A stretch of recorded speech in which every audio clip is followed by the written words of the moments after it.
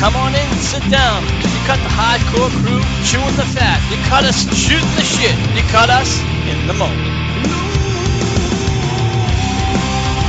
We're in the moment. We just got through watching that painful fucking pay-per-view that's Elimination Chamber match, guys, and what shitty pay-per-view that was.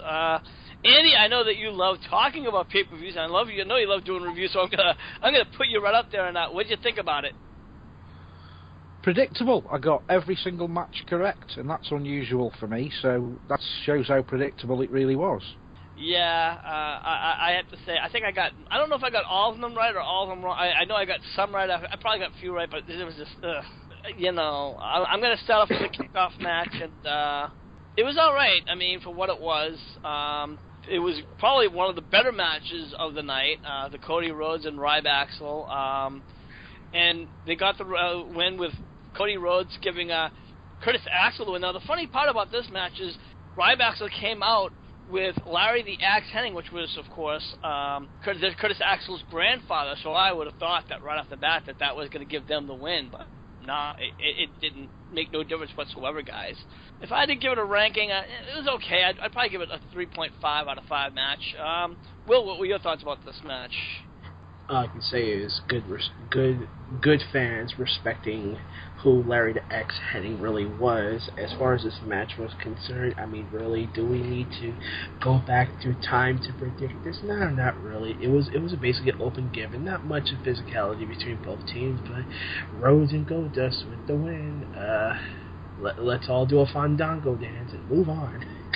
Yeah, absolutely. James, your thoughts?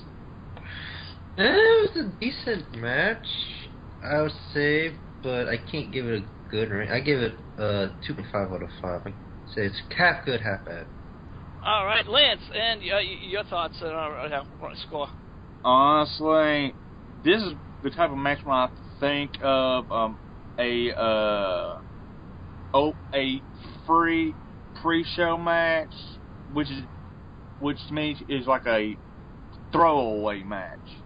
Decent, but nothing to write home about, you know. All right, Andy, what did you think about the kickoff show?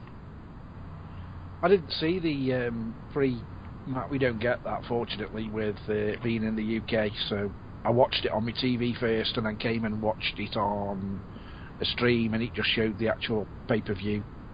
So I didn't see the pre-rubbish. Can't be any better than the actual show. Alright. Well, if that was the show they put out, I can only imagine how bad the pre-show must have been. And then, of course, we had the opening match, which was Jack Swagger versus Big E. The match itself, I thought, was okay. Nothing really super special. They were actually behind Jack Swagger. They were chanting, "We the People," rather than they were behind Big E. You'd have thought that Swagger almost got the win with the Patriot Lock. He got it on once, then he got it on twice, but then all of a sudden, Big E follows up with an insecurity kick, and then he hits him with a big ending, gets the win. You're still Intercontinental Champion. Again, nothing really super special about this match. I couldn't even give it a 3. I gotta give it a 2.5. Lance, your thoughts? I mean, it had a couple of high spots in it, like the spear from in-ring to out. But other than that, whoop-de-damn-do. Will, your thoughts?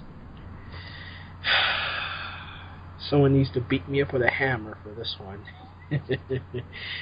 Basically, I wasn't really in tune into this match. I actually fell asleep during this one.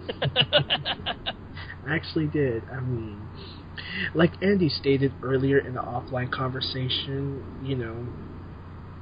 most of these matches are going down the shit. Yeah. And they really are. Yeah, I have to agree with you. Your score? Just for the sake, so the IWC doesn't come to our page and cry like little wusses, I'll just give it a 3, even though my ears were listening to the match as much as my eyes were watching. All right, James. Decent Ford match, but as I say, I'm going to do half and half with this one. I did half good, half bad, so I'll give it a 2.5 out of 5. All right, Andy. Any score or picks? I'll give it 2 out of 5. Uh-huh. That's about it. That's being really generous. And then we come across to the New Age Outlaws versus the Usos. I thought it was an okay match to start. It was old school versus high flyers. I was really hoping that the Usos was going to win this match, but of course, the Outlaws get the win with a roll-up, no less. And I think even Andy, you picked that the Outlaws was going to win this. You didn't think there was going to be a title change, did you? No. No, and of course, nothing super special. I can't even give it a 3. I'll give it a 2.75 again, being nice. Andy, your pick. What was your score for this? Another 2. Yeah. I won't say any more. Will, what was your pick for this match? I unfortunately did have the Usos to win, but this was a bullshit match in my opinion. This was not the type of match that I think the Outlaws would win. I mean, like I stated last week, the Usos are an underrated team with the best of talent, and for them to lose like that, and like I stated, now I'm not going to look at the tag team division like I used to now. I mean, this is a crap match. I have to give it a 2 because Uso should have the belts by now, but this is fucking dumb. It just was. And James, they're obviously holding them off so they can take it through to WrestleMania, so they can have their last 5 minutes of fame. Yeah, and I think that's exactly what it is, and this is, of course, because WrestleMania 30, and it's the 30th anniversary of WrestleMania, and they have to have all the big stars coming out. I mean, we know now that Hulk Hogan's coming out, Batista, which, of course, he's high headlining, so they have to have all these guys come out, and it's like, why? I mean, I don't know personally why Batista has to headline. I mean, we're kind of getting off track a little bit, but I don't know why Batista has to be in the main event. Don't you guys think that Batista could have easily been in one of the mid-cards and just would have pulled in the same amount of money? Does anybody not disagree with me? I really don't think he should be in it, full stop. That's my opinion. I think he's walked away from the company in its heyday, and he just expects to come back and pick up the nice paycheck. Why should he? He hasn't put nothing in. Bit like The Rock. But, we're going to talk more about him when he gets to his match, but right now we have Darren Young versus Titus O'Neil. I'm sorry for me, guys. This was an absolute piss break. There was nothing to see about this match. It was a beatdown. Darren Young did nothing in this match but get his ass beat. I mean, this was like a Shawn Michaels, Marty Jannetty match. Full stop. No surprise. Titus wins with a clash of Titus. I can't even give this a 2. I have to give it a 1.5. It was a really joke of a match, guys. Will, over to you. This is from highway to hell to predictability city. I mean, good acting on Del Rio, but this was just something that you. Del Rio? Wait, Del Rio? Wrong match. Titus O'Neil. Wrong match. Wrong match. Oh, I'm sorry. I just want to get that up. The match of the former primetime players. You know what? WWE really put a shit log in this match, breaking up a good potential tag team, and Darren Young is going to get much supporters than Titus will, but Titus won, hippity boot blah, passed the wine around. This was something that wasn't going to be much. I could have sat in my toilet seat and thought Titus was going to win. 2.5, wipe my ass, move on. Yeah. James, over to you. Give it a 2. Really good match. Yeah. Lance, over to you. Well, I gotta give it a 2, but right now I'm happier than hell. Because my favorite driver just won. But anyway, yeah, match gets a 2. Alright, Andy, any thoughts you'd like to put into this? No, just a 1. And moving on, we got probably one of the bigger matches now, if not the biggest match of the night, which was the Shield versus the Wyatts. Now, guys, I really did like this match. This match started off with just a big brawl in the center of the ring. And then, it was just the Wyatts, it started off with controlling the match, having Rollins in the corner. Rollins eventually gets out and he gets a hot tag. There was really a lot of high action, a lot of great spots. Fans really didn't know who to cheer for. They were cheering for both the Wyatts and the Shield at the same time. The match breaks down, all 6-minute fight in the ring. Rollins is pretty much, setting up the announce table, but he's the one who gets put through the table by Hopper and Rollins. Inside the ring, Reigns and Wyatt goes for the Sister Abigail, but Reigns powers out. Reigns comes back, gets rid of Harper and Rollins, but he eventually gets hit with his Sister Abigail, and the Wyatts gets the win again, guys. We talked about this. We expected the Wyatts that they were going to get the win, but we also expected that the Shield was going to have some kind of a breakdown in the pay-per-view. That's something that we did not, that didn't happen. Andy, what do you have to think about that? Yeah, there's plenty of time for it to happen. It will happen within the next 12 months. There's no two ways about it. It's written on the cards. They're not going to stay as a team, and neither will the Wyatts. You think the Wyatts are going to break up too very soon?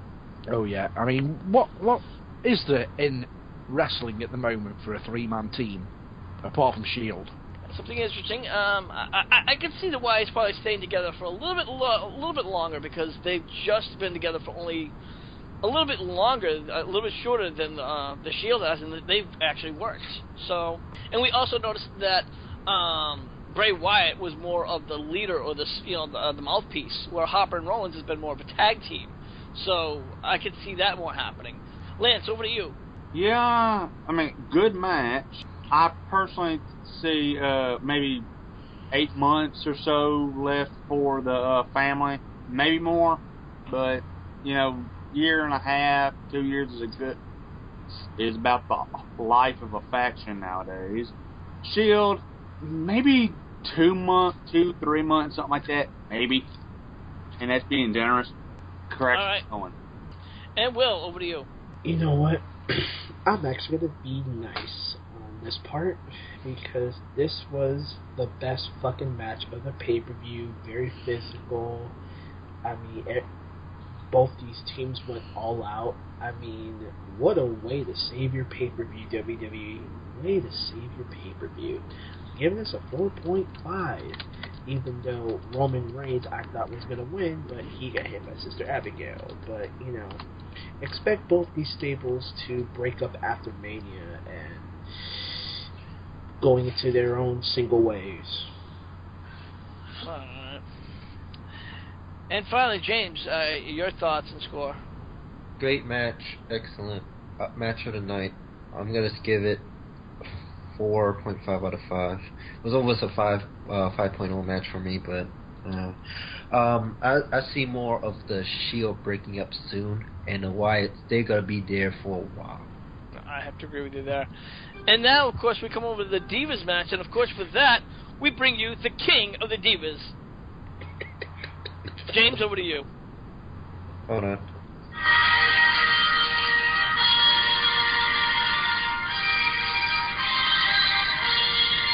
Alright, it's me, the King of the Divas.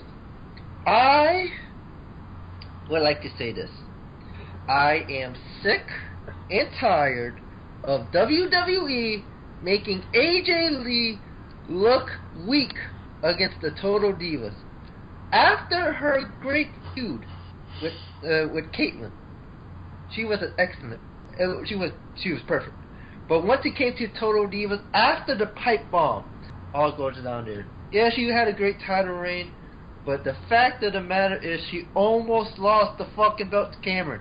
To Cameron of all fucking people. Cameron is not a great wrestler. And remember, this is the same Cameron who said that Alicia Fox and Melina was her favorite match. Alright? I am disappointed. I'm not going to say anything much. I'm giving this a 0.5 out of 5. I'm sorry, but if you're giving Cameron a chance to win the Diva title, you're out of your fucking mind. Thanks, WWE. Okay, bye. Yeah, I did notice that AJ in this match was really playing down to Cameron in this match. It was really a terrible match, and I'm trying to give it a 1, and it's really hard to. It was really a terrible match to watch. This was a Diva match by every standard. Andy, over to you. I think it was an entertaining Divas match. I wouldn't say it's the best one I've ever seen, but it was, for me, probably one of the best matches on the card for me. Wow. That's shocking just to hear Andy say that.